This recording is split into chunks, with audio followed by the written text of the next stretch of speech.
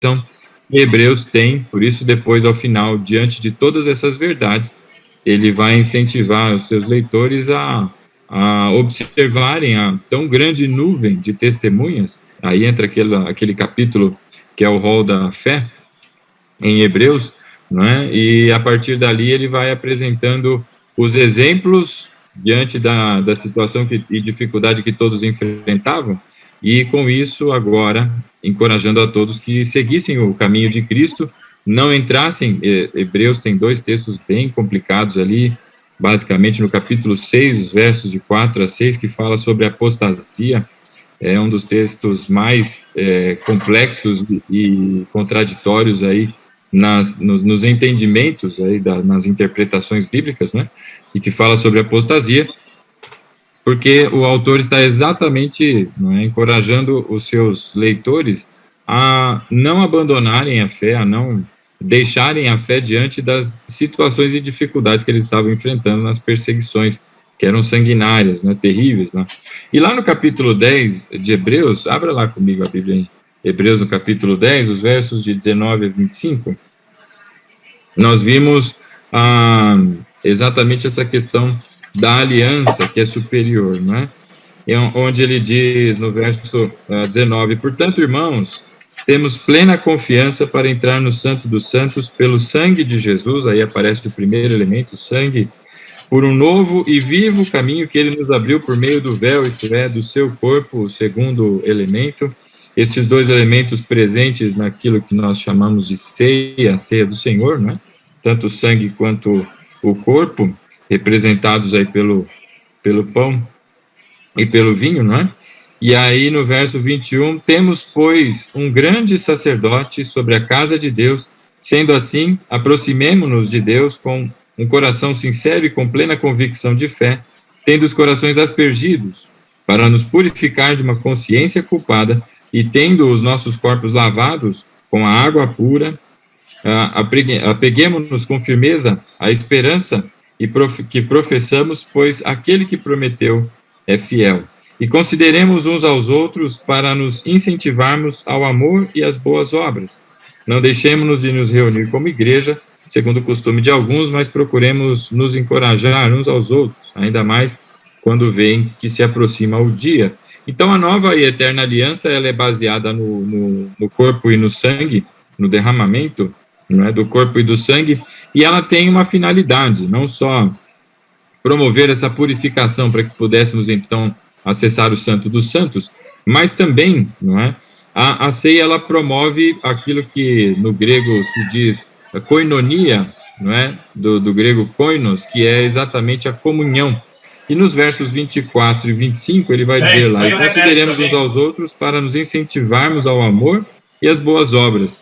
E depois, não deixemos de nos reunir como igreja, né? A ocorrência da palavra eclesia, aqui do grego, que é exatamente o sentido da igreja, não é? O ajuntamento dos irmãos, né? Como é costume de alguns, mas nos encorajemos uns aos outros, porque o dia se aproxima. Então, a obra de Cristo, ela não só tem a sua finalidade salvífica, mas no tempo de peregrinação, é ela também a demandadora da comunhão entre os irmãos. Então, os elementos aí do corpo e o sangue descritos no início e que representam a ceia. Por isso, a ceia é tão importante ser celebrada em memória de Cristo, porque é por meio dessa obra que, então, inaugura essa nova e eterna aliança, é que nós temos acesso ao Santo dos Santos. Então, essa celebração é para a memória, para a reflexão, para louvor e honra do nome do Senhor, e também para a promoção da comunhão, não só na ceia, até porque hoje nós celebramos a ceia uma vez por mês, mas a Bíblia não diz que deveria ser assim. Segundo a Bíblia, isso deveria ser todas as vezes que nos reuníssemos, né?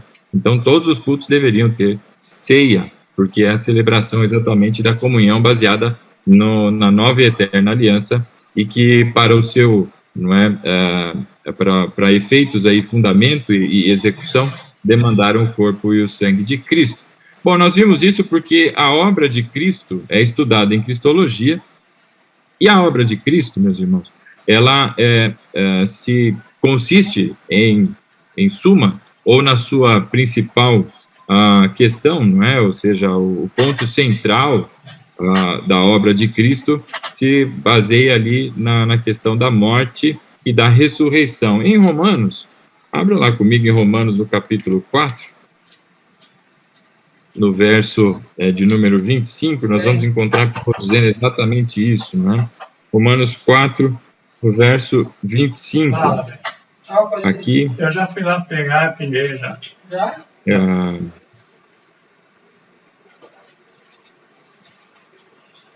Ele está falando aqui sobre alguns exemplos, né, de Sara e falando sobre a justificação pela fé. E aqui no verso 25 ele vai dizer o seguinte: e ele foi entregue à morte por nossos pecados e ressuscitado para nossa justificação. Então a morte e a ressurreição são a obra primeira, não é? E todas as outras realizações do Senhor Jesus, sem dúvida nenhuma, são de altíssima e extrema importância, mas o principal ponto da encarnação, né, do mistério da encarnação do Senhor Jesus, é exatamente para que se materializasse a morte e a ressurreição. Sendo a morte, então, o pagamento pelos pecados, como diz aqui no verso 25, né, ele foi entregue à morte por nossos pecados. Havia o sacrifício para a remissão dos pecados. Entre os tipos de sacrifício, a oferta de cereais, né, os tipos de sacrifício que se praticavam na época, e havia ali o sacrifício pela remissão dos pecados, onde era levado o cordeiro, havia todo aquele ritual onde a pessoa colocava sobre o animal as mãos, né, impunha as mãos sobre este animal, e ela mesma, o próprio pecador, com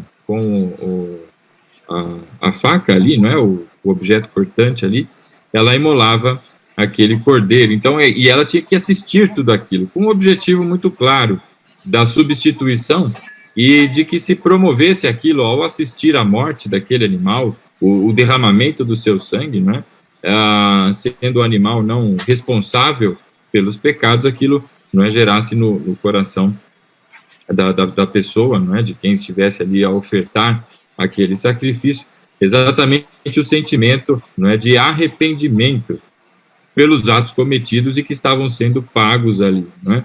Então, quando o apóstolo Paulo coloca aqui em Romanos 4:25, ele diz que o objetivo da morte de Cristo é o pagamento pelos pecados. Então, há na morte do Senhor Jesus Cristo um santo, né, em favor dos injustos, né? O justo pelos injustos, há ali finalmente a satisfação da demanda de justiça pela lei. Então, Cristo paga pelos pecados e o seu sacrifício foi aceito, e tendo sido aceito, ele é, então, ressurreto. A Bíblia diz lá em Efésios, no capítulo 1, que Deus usa, não é, do seu poder sobre Cristo, através do Espírito, para ressuscitá-lo dos mortos. E essa ação da ressurreição é que nos traz a justificação, porque o sacrifício foi aceito. Se não houvesse quem levasse um animal maculado, um animal com qualquer tipo de defeito, ele não poderia fazer o sacrifício não seria aceito. Então, o de Cristo foi aceito, o justo pelos injustos. E isso, então, com a ressurreição, o último dos inimigos, ou seja, a morte, ela foi vencida por Cristo, e agora, sendo ele dessa dupla natureza, nessa união hipostática que vimos até aqui, a sua ressurreição agora nos justifica. Por isso diz aqui o apóstolo Paulo, né, que ele então é ressuscitado para a nossa justificação. E isso nos mostra então, não é, meus irmãos, que a salvação, ela tem um único caminho, que é o Senhor Jesus. Isso parece bastante óbvio para todos nós aqui. Eu acho que se pensássemos acerca aí do tema, a salvação, principalmente para nós todos aqui nos dias de hoje, me parece um tanto óbvio entender que a salvação é só em Cristo. E isso é muito claro, principalmente para quem teve uma origem no catolicismo, em algum momento da sua vida converteu-se aí, não é? Tornou-se um evangélico, mudou a sua igreja, né? E você usa isso, essa afirmação, para dizer que, olha, é só em Cristo, para que se, não é, dispense a fé nos santos, para que se dispense a fé na possibilidade de que qualquer um dos santos, seja Maria, seja santo qualquer um ou santa qualquer uma, da fé e da tradição católica, não suficientes, não é, para que se fizesse qualquer coisa por qualquer um de nós, mas somente em Cristo. Isso é um pilar da reforma, inclusive, solos Christus, não é? Entre as 5 solas, que são um resumo daquilo que é o objeto final, o produto, né, da reforma, nós encontramos entre os 5 pilares, as 5 solas, solos Christus. Quer dizer que somente Cristo é suficiente e gera em nós vida.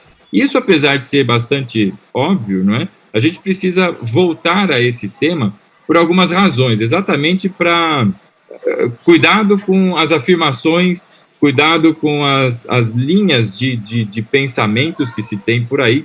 A Bíblia é bastante clara acerca disso. Nós vamos encontrar Pedro, por exemplo, dizendo que não foi com coisas perecíveis que nós fomos resgatados da maneira vã que nós antes vivíamos, não é? Não foi com dinheiro, não foi com influência política, não foi com nenhum tipo de qualquer outra coisa que Deus fez uso para que a partir disso nós tivéssemos salvação, mas pelo precioso sangue, como de um cordeiro, sem mácula, sem mancha, sem pecado, o Cordeiro Santo de Israel, que é conhecido, o sangue do Cordeiro é conhecido desde a fundação do mundo. Ou seja, antes que o mundo fosse criado, o sangue do Cordeiro já havia sido imolado. Então, isso é o que quer dizer que somente através de Cristo, pelo sacrifício de Cristo, é que se encontra o caminho para a salvação.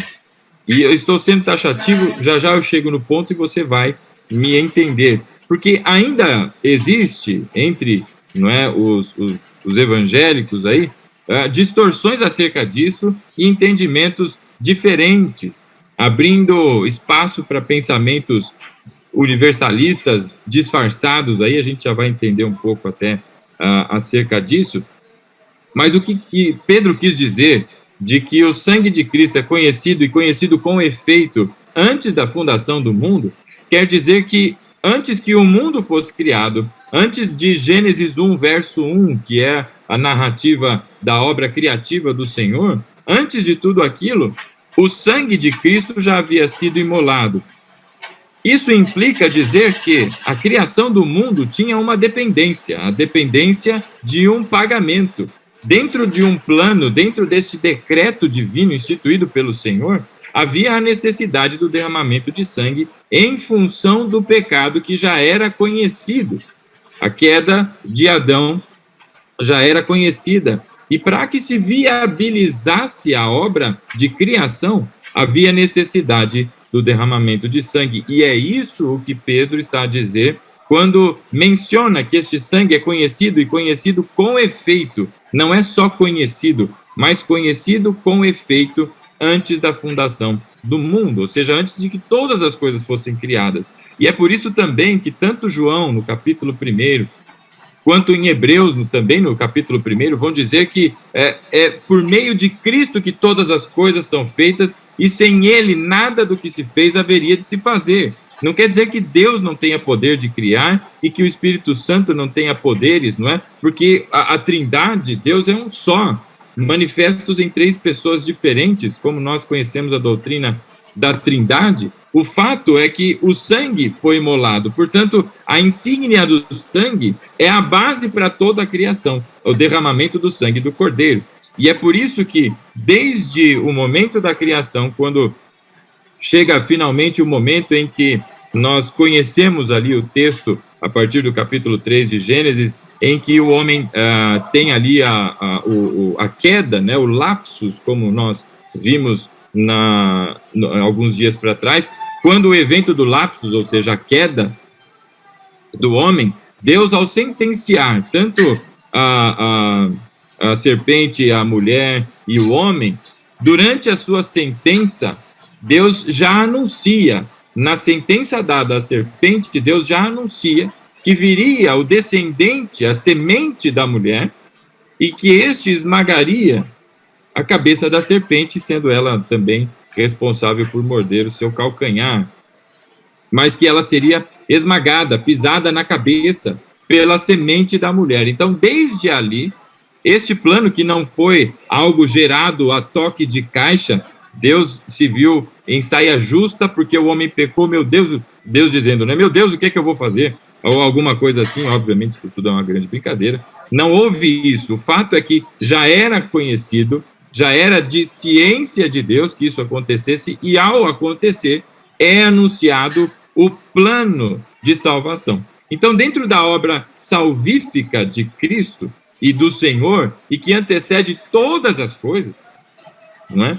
Está exatamente o derramamento de sangue. Por isso, essa é a obra primeira, ou a obra central de Cristo, a morte e a ressurreição.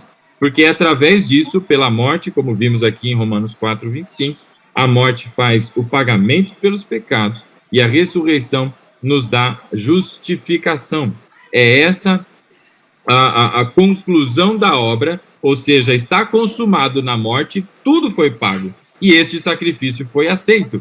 Portanto, a partir disso, Cristo é ressuscitado, e a sua agora condição ressurreta abre agora, por isso ele é chamado de primogênito na ressurreição, porque assim como ele foi ressuscitado dos mortos, o mesmo poder, diz a Bíblia, que trouxe Jesus dos mortos, trazendo ele agora em condição ressurreta, assim também será comigo e com você e com todos aqueles que estão em Cristo.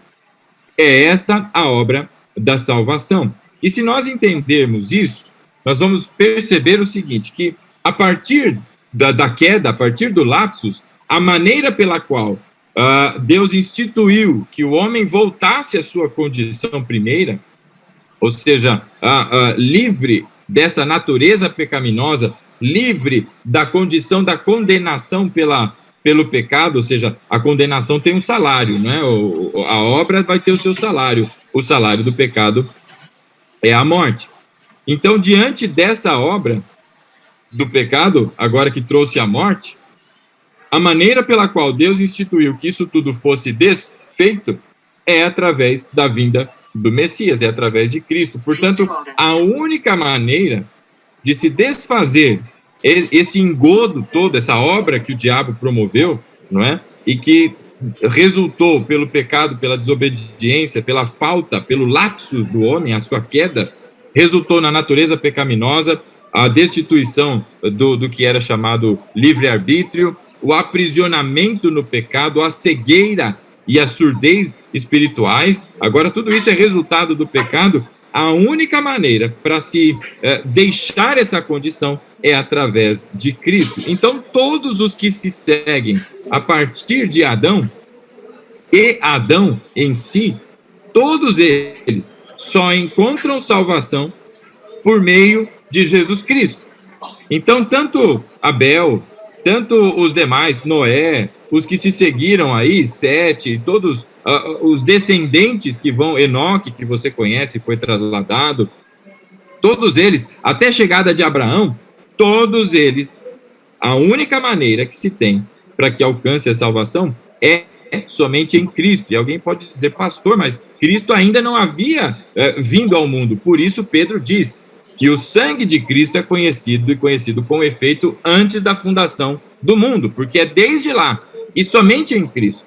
E por que isso é tão importante? Eu estou sendo taxativo. Nós estamos estudando aqui Cristologia, é para entender a centralidade da obra de Cristo e a supremacia da sua obra, exaltada, não é, em Hebreus, como nós estudamos há 2 semanas atrás.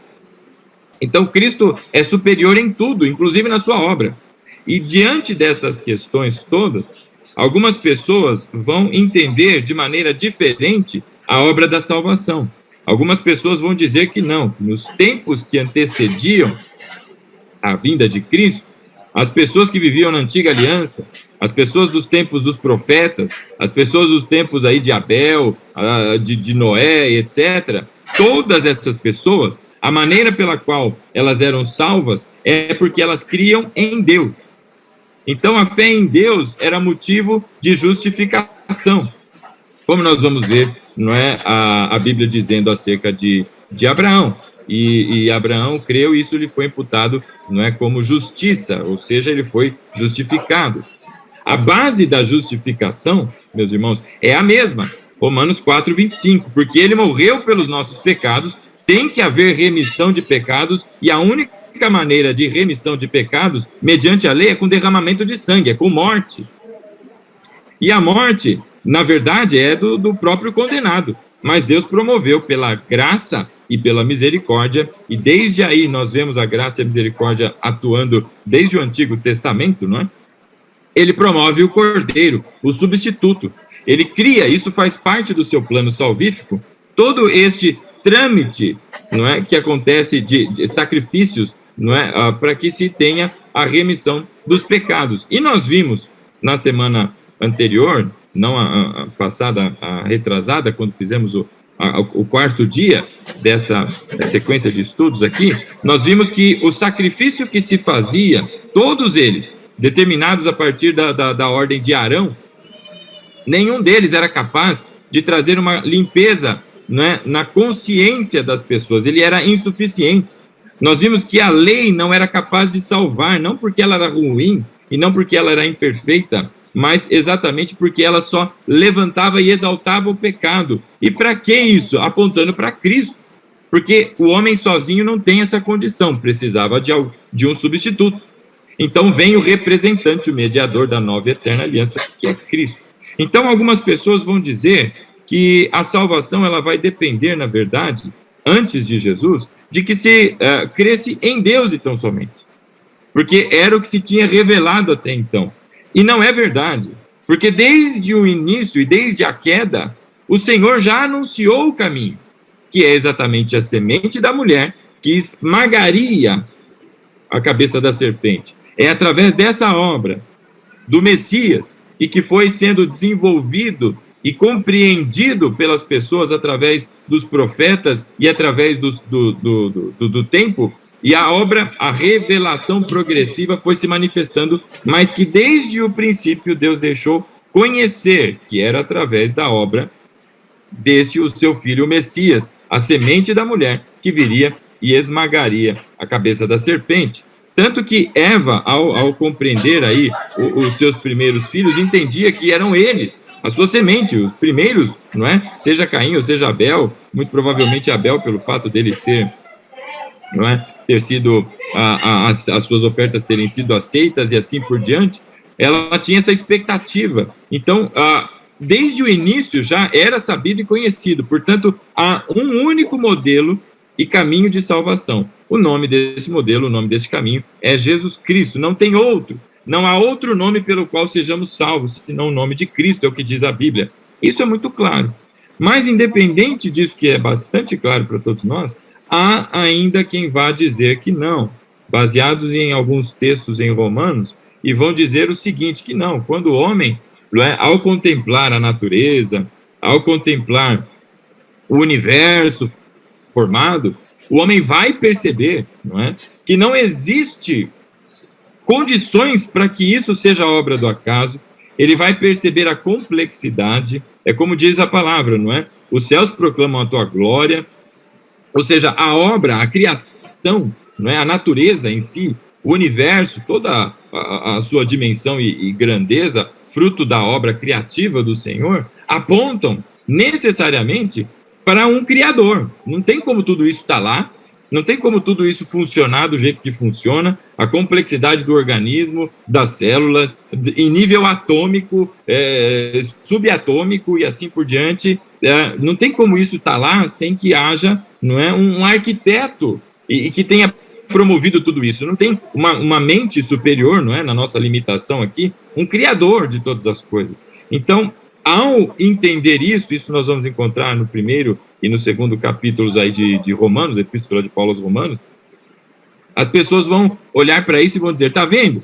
Se a pessoa olha para isso e entende que tem um Criador, ela começa a crer que existe um Deus, então ela está justificada, porque o argumento de Paulo é exatamente o contrário.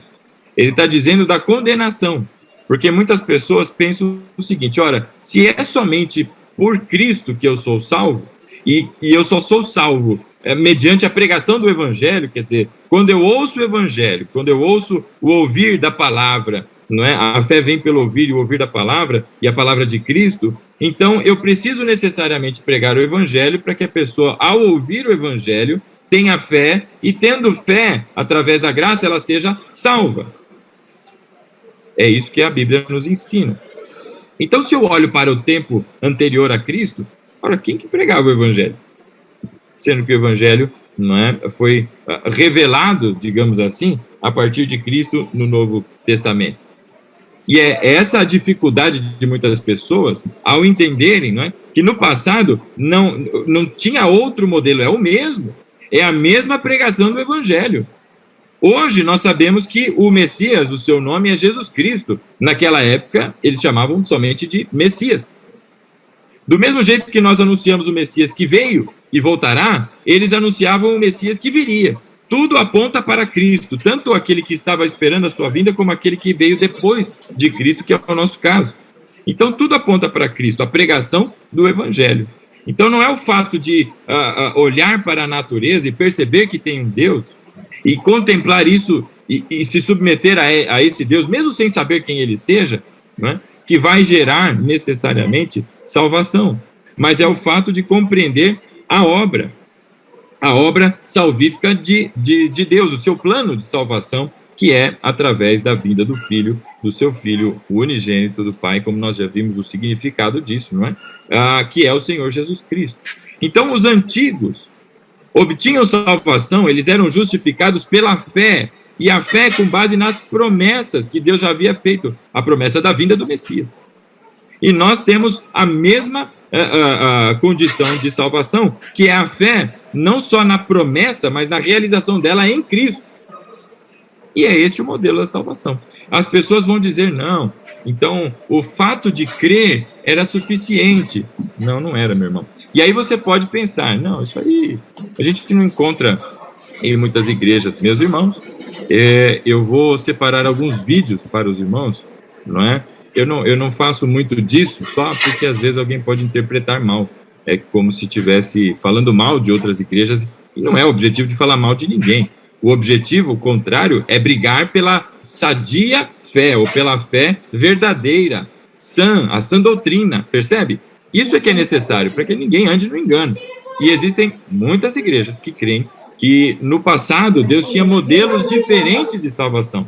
Com base em quê? Com base na revelação progressiva, ou seja, qual era a revelação disponível naquela época?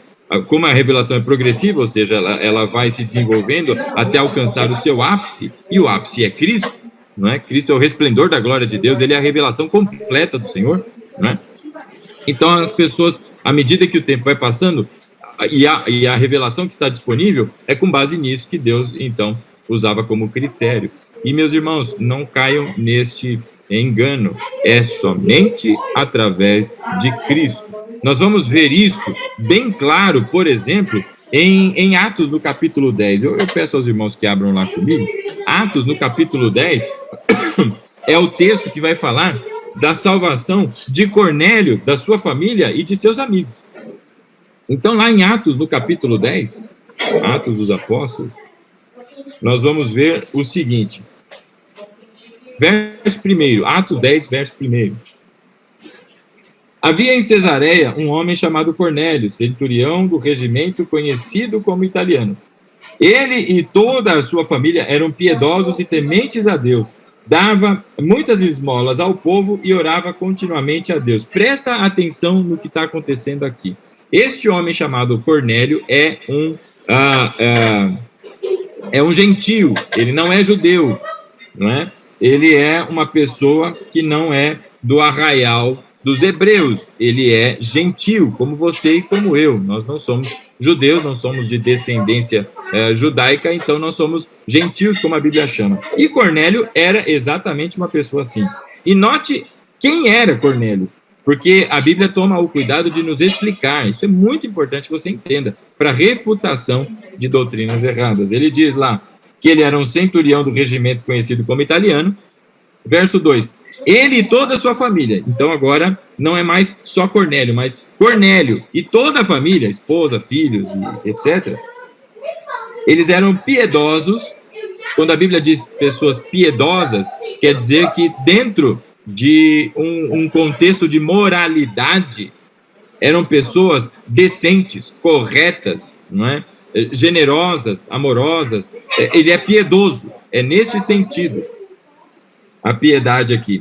E tementes a Deus, preste atenção.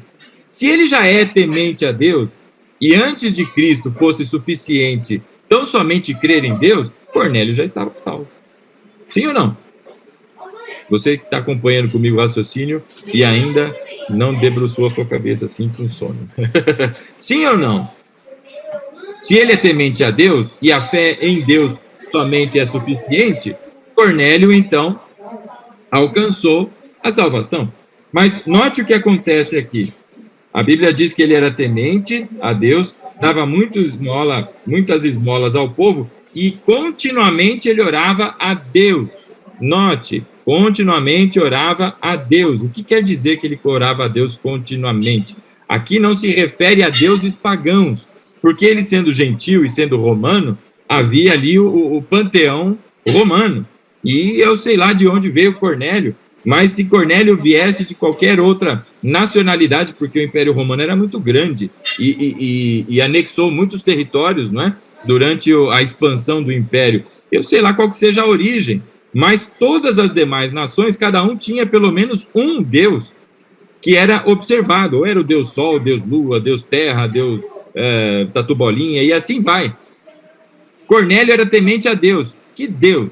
Exatamente o Senhor, o Criador. Então, se ele era temente a Deus, o Deus Pai, o Deus cristão, ele já estava salvo. Sim ou não? Nós vamos ver agora a continuidade do texto. Certo dia, verso 3, por volta das 3 horas da tarde, ele teve uma visão. Deus deu a ele uma visão. Ele viu claramente um anjo de Deus e que se aproximava dele dizendo, Cornélio, chamou pelo nome. Como é que a Bíblia diz que nós somos chamados, meus irmãos, da morte? É pelo nome, meu irmão. Deus chamou Cornélio da morte. Cornélio, e olha o verso 4, atemorizado. Meus irmãos, as experiências com Deus deixam qualquer um, não é? Com muito medo e medo de morrer, porque você vê o transcendente, qualquer experiência com o transcendente é assustador, porque você sabe quem você é. Ele era temente a Deus e era piedoso, mas ele sabe a sua condição. Assim como eu e você que estamos em Cristo, nós sabemos a nossa condição. E qual é? De pecador, meu irmão. Nós somos pecadores, lavados e remidos pelo sangue do Cordeiro. Mas até que venha a ressurreição dos justos, nós continuamos com essa natureza, até a morte. E por isso ela tem uma inclinação. O Cornélio sabia exatamente a dele, você não tenha dúvida disso. Porque a Bíblia também diz que Deus imprime moralidade, em Romanos, no capítulo 1 e 2, vai dizer que ainda que a pessoa não conheça a Deus, ainda que a pessoa nunca tenha ouvido falar do Evangelho, ela tem gravados os princípios de moralidade no coração dela. É o que a Bíblia diz. Todas as pessoas. É por isso que você vê justiça onde não há pregação cristã também acontecendo. Porque há um senso de moralidade e que Deus é quem colocou no coração dessas pessoas. Bom, ele diz lá, atemorizado, verso 4, Cornélio olhou para ele e perguntou, o que é, Senhor? Assustado, e falou, meu Deus, chegou minha hora. E o anjo respondeu, suas orações e esmolas subiram como oferta memorial diante de Deus.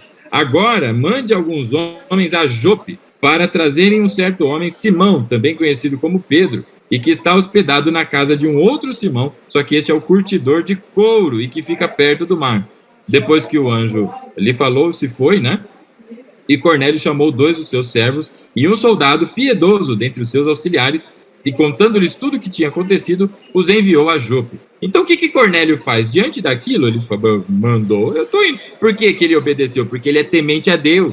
Deus mandou um anjo lá para falar com ele é temente a Deus e mandou. Então, seus servos irem buscarem quem? Buscarem Pedro, e Pedro estava em Jope.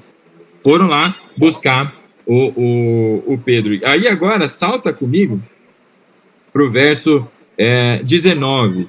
Porque aí você vai ver, a continuidade desse texto vai dar a visão que Pedro teve de um lençol com animais, né? Vários animais, e essa é a visão que Pedro tem. Deus chama Pedro, através de Cornélio, para tratar de um assunto, não é? Na família de Cornélio e com Pedro, mas não só com Pedro, mas na direção da sua obra. E aí, depois que Pedro tem essa visão, no verso 19, diz o seguinte: enquanto Pedro ainda estava pensando na visão, o Espírito lhe disse: Simão, 3 homens estão procurando por você. Portanto, levante-se e desça. Não hesite em ir com eles, pois eu os enviei. Então, aqui está bem claro quem que está mandando Pedro ir até Cornélio. O anjo vai até ele. Talvez alguém possa ter dúvida. Será que é um anjo de Deus ou não? A Bíblia diz que era um anjo de Deus. Mas alguém pode ficar com dúvida. Aí o Espírito Santo vai até Pedro e diz: Pedro, tem 3 homens vindo atrás de você. É para você ir com ele, porque foi eu quem enviei. Então, quem está indo buscar Pedro é Deus, meu irmão. Você não tem a dúvida. A iniciativa é de Deus, tá bom? E aí ele continua: não hesite em ir, pois eu os enviei. Verso 21. E Pedro desceu e disse aos homens: eu sou quem vocês estão procurando. E por que vocês vieram? Os homens responderam: nós viemos da parte do centurião Cornélio. Ele é um homem justo e temente a Deus, respeitado por todo o povo judeu. Todos reconheciam que ele era uma pessoa decente e temente a Deus. Preste atenção. Muito bem. Um santo anjo lhe disse que o chamasse à sua casa para que ele ouça o que você tem para dizer. O que está acontecendo aqui, meu irmão? Deus mandou Pedro sair de Jope. Pedro estava lá na casa do curtidor lá, Simão. Pedro estava fazendo a sua viagem missionária. Ele estava subindo ali, né, da Galileia, seguindo a obra, pregando, e pessoas sendo salvas, e a obra está acontecendo. Glória a Deus. Já teve o Pentecostes, e ele está seguindo em frente. Estevão já foi martirizado, as pessoas foram espalhadas, não é, para além de Jerusalém. E agora Pedro está seguindo a ordem de ir por todos os cantos desse mundo pregando o evangelho, né? E é isso que ele está fazendo. E lá em Jope, no meio da obra, Deus para ele lá e fala: ô, agora você vai descer e vai até a casa do Cornélio, né? E aí e as pessoas dizem: mas para quê? O que o anjo pediu? O que você quer que eu faça lá? E aí no verso 22 ele diz assim: um santo anjo lhe diz que o chamasse até a sua casa para que ele, Cornélio, ouça o que você tem para dizer.